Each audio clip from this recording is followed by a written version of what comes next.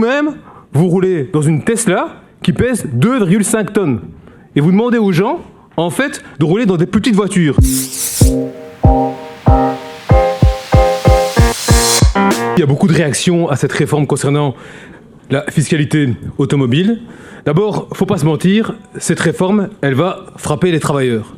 Quand on regarde effectivement les chiffres qui sont concernés par rapport aux voitures dont on va modifier la fiscalité, par exemple, le modèle break est un modèle qui va être impacté par cette réforme. Par exemple, un modèle Volvo, qui est le modèle en fait le plus couru au niveau des SUV urbains pour les familles, va être fortement frappé.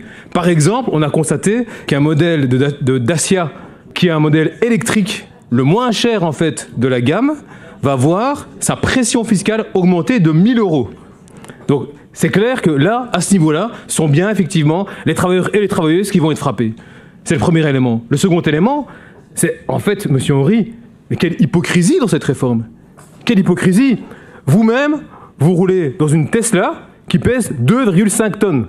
Et vous demandez aux gens, en fait, de rouler dans des petites voitures. Vous n'êtes pas le seul dans le cas. Monsieur Durupeau, il a une BMW 350, Monsieur Boursu, une Mercedes 530, et donc toutes des grosses voitures. Et donc on a un gouvernement, parce que c'est pas seulement la réforme de Monsieur Henry, c'est la réforme du gouvernement, il faut bien le reconnaître, et on a un gouvernement qui dit à tout le monde de rouler dans des petites voitures, alors que lui-même va continuer à rouler dans des grosses voitures, payées de surcroît par le contribuable.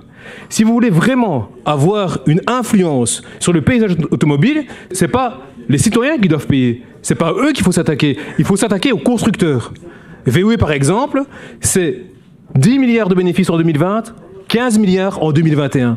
C'est à eux qu'il faut imposer des réformes contraignantes pour pouvoir justement avoir une influence sur la pollution au niveau du paysage automobile. Et d'autres mesures à prendre, évidemment, c'est la question du transport gratuit. Organiser le transport gratuit. Vous-même, vous avez dit il n'y a pas longtemps que finalement, après avoir dit que c'était populiste, etc., c'est finalement une bonne idée.